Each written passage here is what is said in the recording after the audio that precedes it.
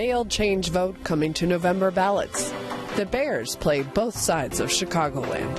And an ICE detainee dies in an Indiana facility. From the television studios at WFYI Public Media, it's Indiana Week in Review for the week ending February 20th, 2026. Indiana Week in Review is produced by WFYI in association with Indiana Public Broadcasting Stations. Additional support is provided by Par Ritchie. Hoosiers will vote this year on whether to allow judges to deny potentially dangerous offenders bail under a constitutional amendment. Ben Thorpe reports that change was approved by lawmakers this week.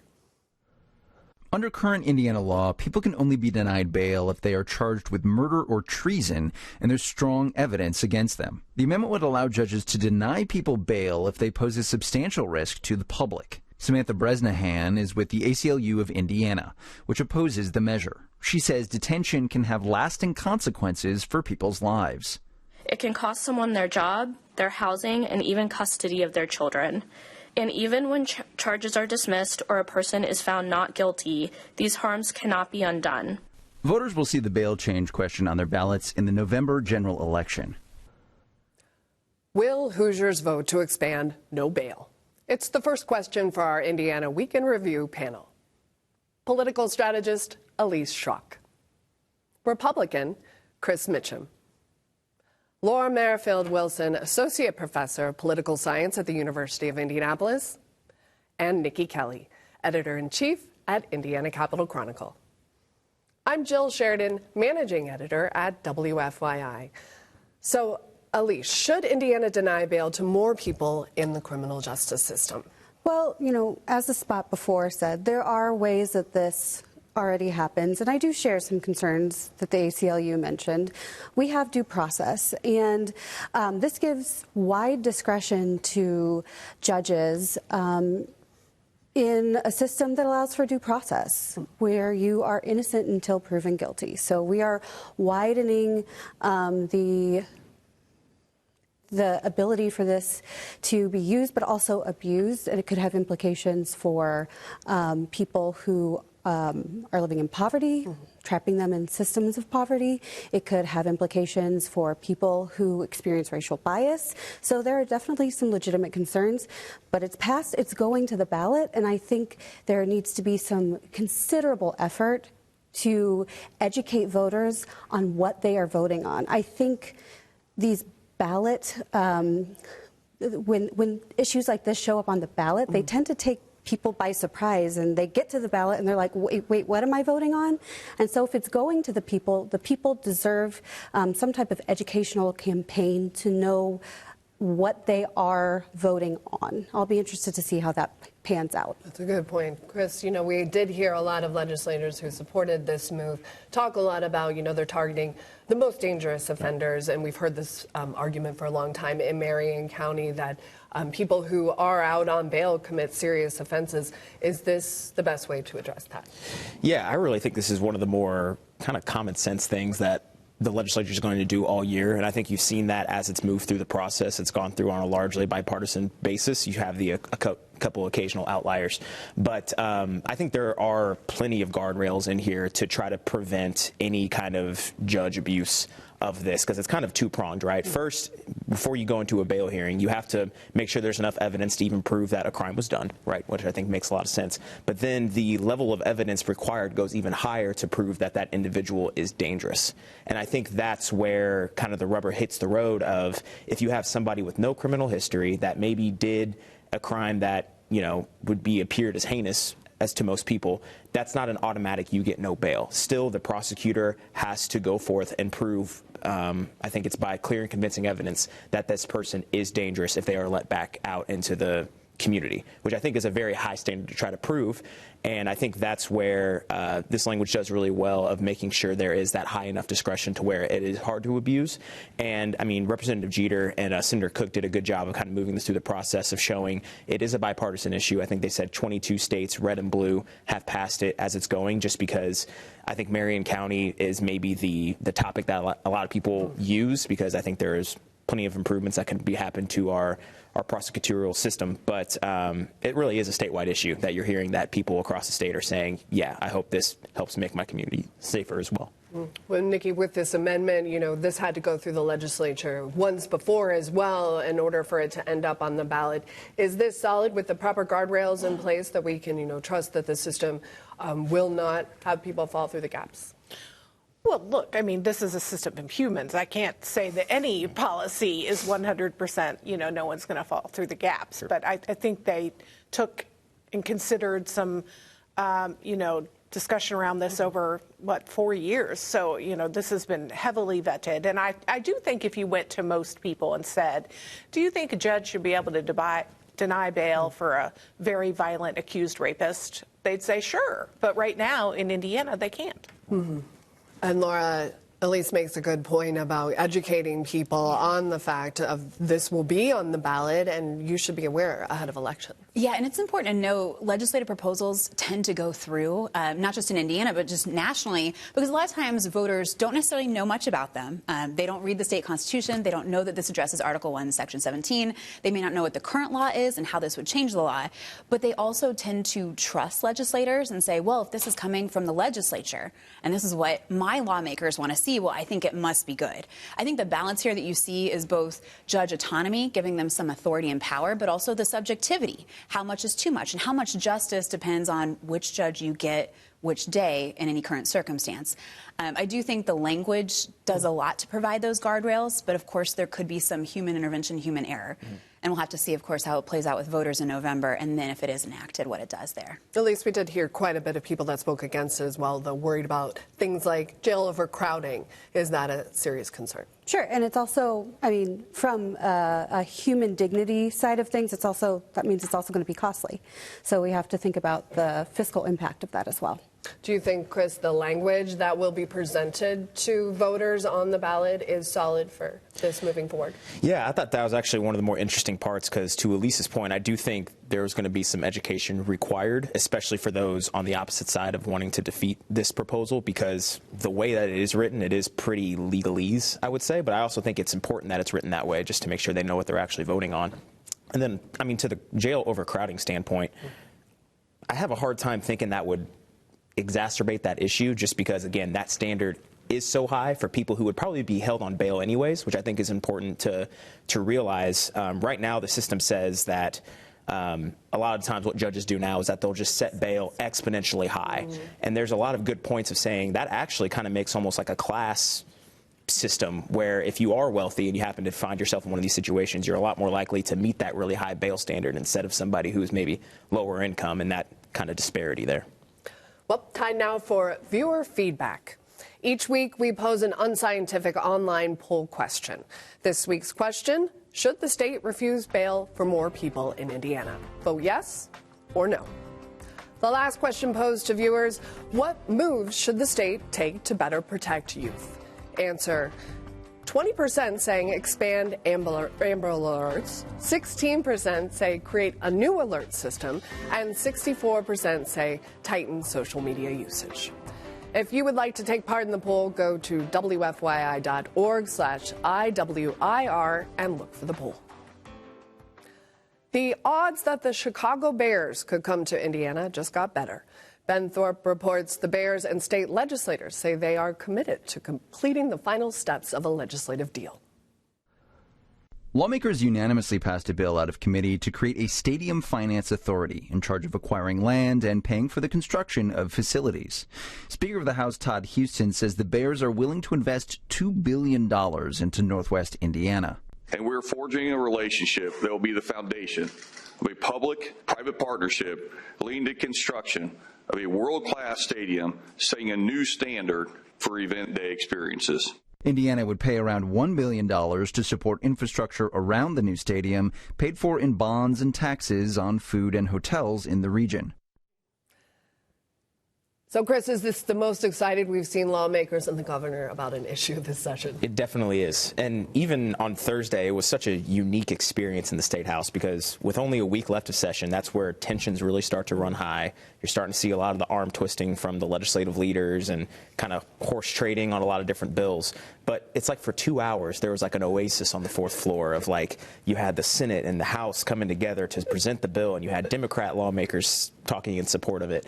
And understandably so, because it is a big deal, right? I mean, it's crazy to think how even a month ago, you know, there was whispers, and I'd put it at maybe like a 5% chance that happens. Now I would say it's probably more 50-50. Indiana, I would even say it's probably in the lead right now. It's probably in the lead right now. And I think a lot of that has to go to the credit to really just our state fiscal outlook right now. Senator Mishler, Speaker Houston, kind of setting the stage for this. I think you see the dichotomy between Indiana's government of fiscal conservatism, and then you have, you know, the Illinois government over there, which probably has a lot bigger issues than trying to fund a stadium. I know the Chicago Bears have been in a conversation with the Illinois legislature for almost 7 years now, and it just so happens that as soon as Indiana gets like a sniff, we have the kind of the outlook to be able to act quickly, get a deal done on the table, and I would say put us in the lead towards getting the stadium done. And we did hear that response pretty quickly from Illinois and the governor and lawmakers there saying, wait a second, we have a deal too, and there's plenty of time to get a deal done, as my understanding.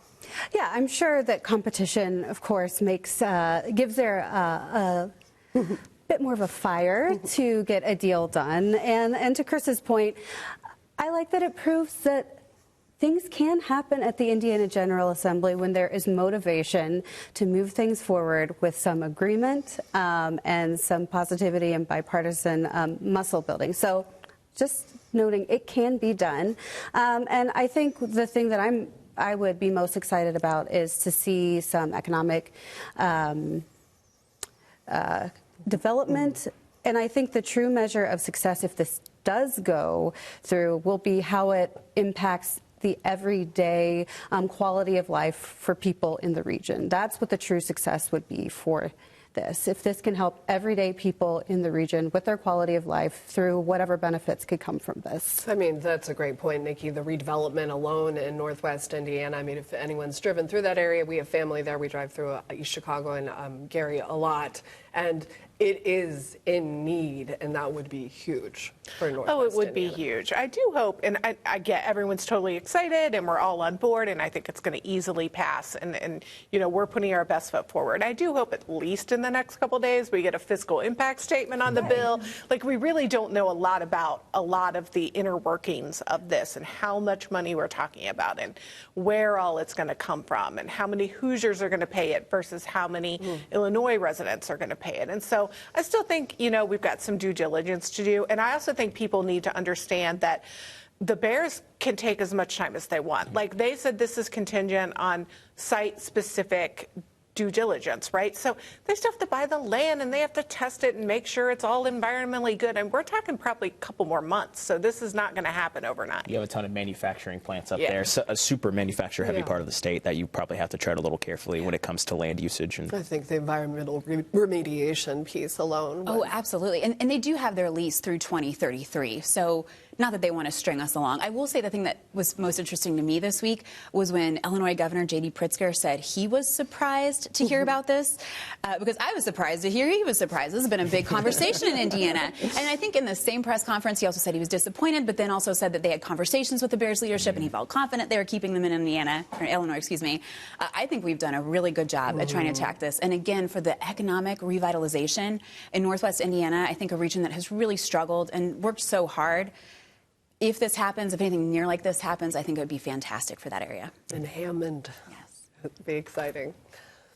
An ICE detainee has died while in custody at the Miami Correctional Facility north of Kokomo. Sam Horton has more. Immigration and Customs Enforcement records show Lorth Sim, a Cambodian national, is being held at Miami Correctional Facility. The 59-year-old was found unresponsive in a cell and pronounced dead shortly after 7 a.m. Monday morning, according to a congressional notification shared by immigration researcher Austin Coker. The cause of death is under investigation. Sim came to the U.S. as a refugee and became a lawful permanent resident in the 80s. In 2006, an immigration judge ordered his removal to Cambodia following several convictions. His death marks the 7th this year and the first of an ICE detainee at Miami Correctional Facility. The Indiana prison started holding detainees last October as part of an agreement between the U.S. Department of Homeland Security and the state of Indiana. So, Niki, was this just an inevitability at Miami Correctional Facility? I don't think that's the right word. I mean, look, this is a prison space, and obviously people die sometimes in prisons, whether it's a detention space or for serving your crime, serving your time for a crime. And we know nothing yet about this. This could have been a completely natural, situation. It could have been, involvement with another inmate. I mean, we just don't know enough, I don't think, at this point to come to any real conclusions. I do hope that the Indiana Department of Correction this week, they said, we're going to refer you to ICE. But I think it is their facility and it is their state employees, and I do think they owe it to Hoosiers to also be on top of it and let everyone know what is happening in that facility. Laura, do you think we'll hear an investigation, that we will have some answers? I certainly hope we do, because whether or not it's inevitable, things like this could be avoidable. To Niki's point, we know almost nothing. And unfortunately, that doesn't stop the court of public opinion. But we do need an investigation. We do need accountability, quite frankly, for the clarity. So we understand what the circumstances were, what might be avoided in the future, what maybe was unavoidable. But I think when we talk about things like this, it's so important to have that kind of thorough investigation so the public understands what's going on, and also to have a level of accountability, clarity, and transparency. Well, we know nothing, about this man's death. We do know a little bit more about who this man was in the United States. Does that provide us with some information about this particular case and the type of people that are being detained? Yeah, I really don't think the background of this individual should really matter too much when you talk about, hey, he was, judicially, referred to be, deported back to his home country. So, he was there properly, I would say. It's not like it was one of those, kind of crazy stories you've been hearing about ICE across the country or anything like that. But I think it's really interesting to see, kind of to Niki's point, the distribution of responsibilities between the Department of Corrections and ICE. I think right now the DOC, again, going back to getting more information of, did something happen while he was getting transferred by the ICE agents, or was this something that happened inside the facility with the Department of Corrections employees? Like, I think once we get more clarity around that, then we'll be able to better tell, again, where the issue happened and really kind of who's more responsible, because whenever you do have an ICE facility like that, you have federal players at hand, you have state players at hand, and it's kind of where did the mistake happen, if there even is one. It could be totally natural as well. Yeah, Elise, I mean, something happened and we don't necessarily have answers. And this death is one of many that has happened in ICE detention across the nation, and that is something that I lament, that many people lament. And I think we also need to ask why he was there. I would push back a little bit about why he is there. This man was a refugee. Refugees are some of the most heavily vetted people who are, I would say, under every other presidential administration, invited to come to the United States through a heavily vetted program. They go through many, many procedures to get here. They are in many various parts of the process to get green cards. So I think we need to know more about where he was in his status in the system before he was put into the Miami Correctional Facility. I also take issue with some of the response we have from our leaders. I have personally gone with other people of faith, many faith traditions, to protest at the Miami Correctional Facility and hold vigil and lament over people held in the Miami Correctional Facility, immigrants, refugees, undocumented people, and to hear that our senator is choosing to spend time to investigate people like me and rabbis and imams and clergy who would go to lament these types of conditions and not investigate this where the energy should be spent, I think that is really disappointing. And Niki, you've been inside this facility. You've done an investigative report on this, and this facility has been known to be understaffed, to have possibly some dangerous conditions. Yeah, Miami, there's kind of like two mirrored sections. And so the section that the prisoners, the state prisoners are in, has had numerous deaths, numerous issues with health care, that kind of thing. The section that the refugees are in is smaller. There's only about 550 of them versus like 1,700 of the. So, you know, they don't have as much population. I think they have been able to hire some staff with an additional amount of money because ICE is giving them so much money per day, $294 a day per immigrant. And so they have been able to add some staff, but they're still not fully staffed. And so those are the kinds of things that we need to know and see if anything had anything to do with his death. You know, should he have been checked on before? You know, things like that. We just don't know. But Laura, as the state does move to expand cooperation with ICE and federal agents who are looking to detain more people, is this a risk? We've also have another location that we've identified in the state that might be holding detainees anytime soon. Yeah, I mean, it is a risk. And we talk about Senate Bill 76, right? So expanding the cooperation and penalizing local governments that don't cooperate. I think it calls for more accountability. And there's ideological arguments on both sides, but to be able to understand what's going on, to have the transparency, to know what's going on, to have these kind of investigations so people understand, I think that's imperative. Well, the well-being of children in Indiana has improved according to an annual assessment. The new Kids Count data examines youth outcomes, including health, education, economic, and family factors. Indiana's overall national ranking improved from 27th to 25th this year, with better outcomes in many areas. Indiana Youth Institute President Tammy Silverman says now is not the time to slow down, but rather an opportunity for adult mentors to step up. The world is changing, and so is the childhood experience.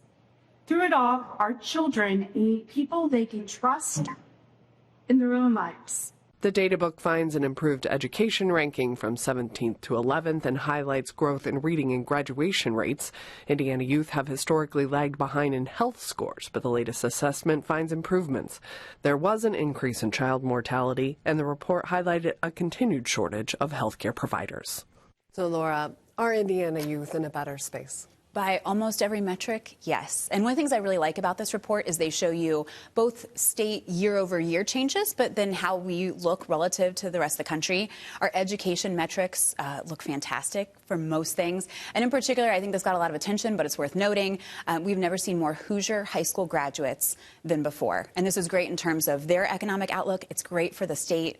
It's great for the future, for what we can expect to see. And there's so much great data in there. I encourage anyone to look at the report. It's 150 pages, but so many great improvements for our state. It is an extremely long report, Niki, and it is also, but a great tool for counties all over the state. Some years it's hard to read it, right? Like this comes out year after year, and you're like, oof, you know. So I was like pleasantly surprised. You know, we're really making some strides, and I also love having a report that's using consistent data points year after year, and so you can really chart and see, you know, what sections we still need to improve in and what sections we're making strides in. The data is delayed, though, by a couple of years, so this is actually reflective of, you know, how children were doing maybe 2 years ago when we had a different circumstance. Should people consider that as they are looking at this? Again, very useful tool for county by county across the state to understand how children are doing. Sure. I think that was a different budget cycle. We saw an influx, you know, that was pretty unprecedented of dollars from our budget to shore up in a lot of different areas. Poverty. So we saw a lot of resources coming through in that snapshot in time. We have since seen those resources. It has not been as consistently applied. So we're going to have to, like Niki and Laura said, this is a great report to show time over time how we're doing. So, you know, we'll have consistent data from Kids Count and be able to track that. And I think that's extremely helpful. And Indiana still obviously has some work to do when it comes to the well-being of all children. Sure. Good to see metrics, though, about mental health especially. I was very, you know, pleased to see, you know, the number of children that are feeling depressed was significantly down. And I mean, it's not all good news, but yeah, the nation has work to do, quite frankly. And I would say on the report, the good thing about it is it's colorful and it has pictures in it and stuff. So, you know, that helped me kind of get through it a little bit. But I would say on the mental health side, Indiana has actually consistently been a leader of a public-private partnership with schools around the state of actually placing master's level social workers into schools. And so not a school counselor that, you know, gets pulled away to recess or lunch duty, like an actual dedicated person in there to take concerns and try to, you know, increase the amount of suicide interventions. I know has been increasing as well, which on one hand is bad, but also is a good thing we have somebody in there to try to address that. I mean, it is a wealth of information for anyone that's looking. Well, that's Indiana Week in Review for this week. Our panel has been political strategist Elise Shrock, Republican Chris Mitchem, Laura Merrifield Wilson, Associate Professor of Political Science at the University of Indianapolis, and Niki Kelly, Editor-in-Chief at Indiana Capital Chronicle. You can find Indiana Week in Review's podcast and episodes at wfyi.org/IWIR or on the PBS app. I'm Jill Sheridan, Managing Editor at WFYI. Join us next time, because a lot can happen in an Indiana week.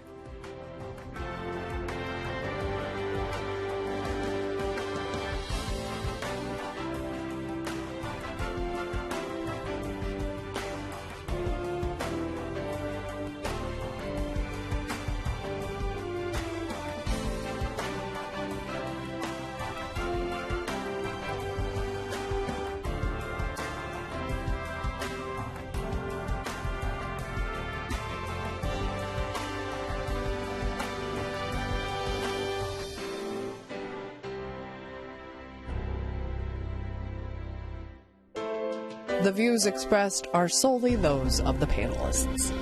Indiana Week in Review is produced by WFYI in association with Indiana Public Broadcasting Stations. Additional support is provided by Par Ritchie.